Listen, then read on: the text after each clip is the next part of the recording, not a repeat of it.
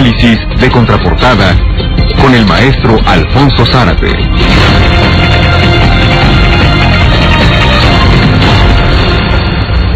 Mi querido maestro, ¿cómo le va? Muy buenas tardes. Sí, Carlos, gracias, buenas tardes. Doble canonización de papas y dos papas en la ceremonia. Sí, Carlos, y además me parece que, por una razón obvia, la mayoría de los análisis y de la información se centra en el Papa Juan Pablo II y le dan menor importancia a Juan XXIII. Y a mí me parece que hay que destacar la significación del pontificado de Juan XXIII.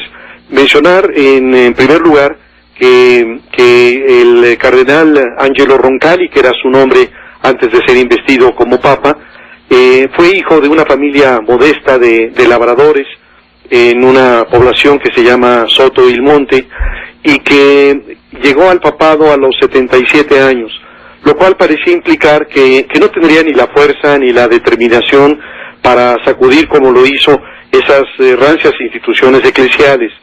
Fue llamado el Papa Bueno y su pontificado inició el 28 de octubre de 1958 y en solo 5 años rompió inercias, publicó 2 encíclicas sorprendentes, Mater et Magistra fue una y Pacem in Terris la otra, y quizá lo más importante, convocó al Concilio Vaticano II, que transcurrió de 1962 a 65, no le tocó a Juan XXIII todo el proceso, murió en el trayecto, pero este Concilio Vaticano marcó un quiebre formidable en materia de liturgia, de derecho canónico, de formación sacerdotal, de educación. Quizá el cambio más tangible, las misas antes eran en latín y los curas estaban de espaldas, ¿no?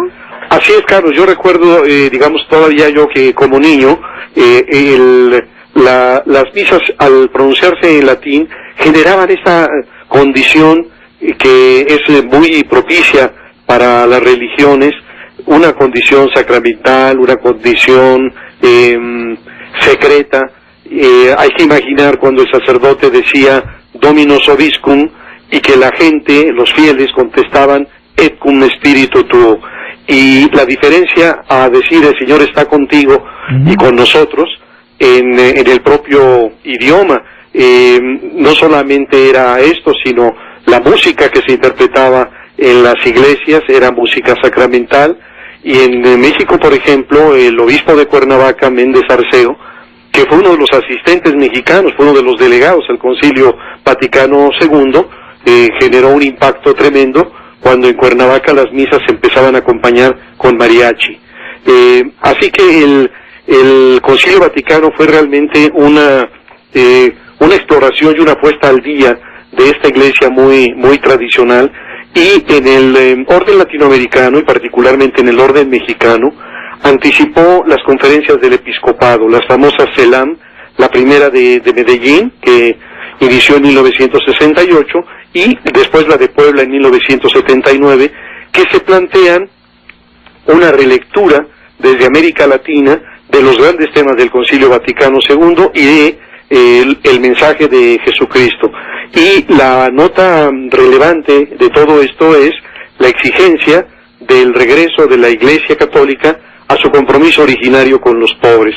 La sacudida fue enorme e incluso generó en algunos núcleos muy tradicionalistas de la Iglesia Católica el repudio tanto al Concilio Vaticano II como a la autoridad del Papa. El caso más significativo fue el del obispo francés Marcel Lefebvre, que inclusive fundó una hermandad sacerdotal, San Pío X, desconoció la autoridad del Papa Pablo VI, que fue el continuador de Juan XXIII. Así que bueno, yo creo que bastaría esta convocatoria al Concilio Vaticano II para valorar la significación y los impactos del Papa Roncalli. Y por fortuna para la Iglesia Católica, el sucesor del Papa fue Juan Bautista Montini, que era arzobispo de Milán, cercano al propio Juan XXIII, y quien profundizó esta misma línea.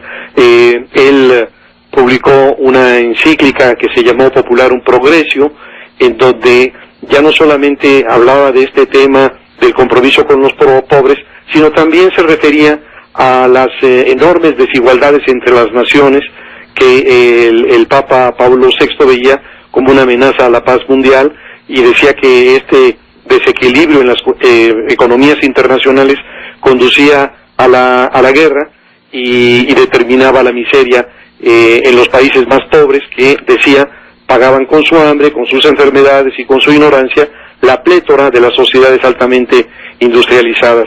Y creo que en este sentido, si lo vemos así, tendríamos que reconocer que Juan Pablo II fue la antítesis de Juan XXIII y de Pablo VI. Es decir, que Juan Pablo II fue un cruzado que se propuso combatir, hasta prácticamente desaparecer, toda expresión de una iglesia que hablaba por y para los explotados, y que en contraste promovió el activismo político de la iglesia, se acercó a los grandes poderes planetarios, incluidos dictadores, y bueno, llegó a considerar al padre Maciel como un ejemplo para la juventud.